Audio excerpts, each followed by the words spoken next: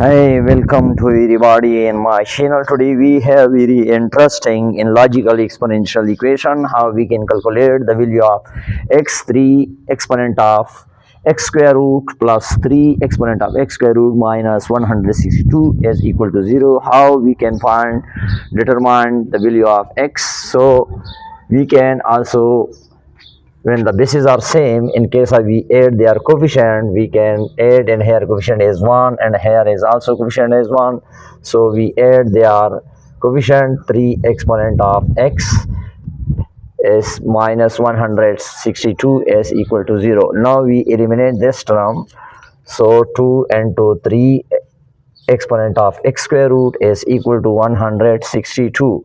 Now dividing both sides by 2 on each side, so both are cancelled, this one and this is also cancelled, we get 81. Now 3 exponent of x square root is equal to 81. Now 81 we can write 3 exponent of 4. Now bases are same, we are comparing their exponent, so x exponent of x square root is equal to 4. Now we are trying to finish the square root, so we can taking square on both sides, so this result is taking square, and 4 square we can write 4 into 4 we get is equal to 16, so this will be cancelled. X is equal to 16. 16 is the solution of this question. If you want to verify our answer is correct or not, you can also check this result. Check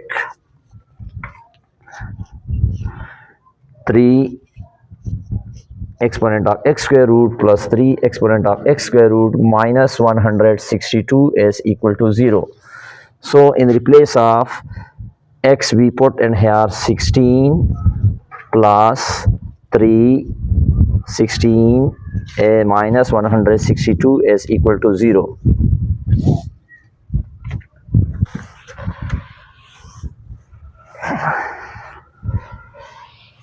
This 16 square is equal to 3 exponent of 4 plus 3 exponent of 4 minus 162 is equal to 0.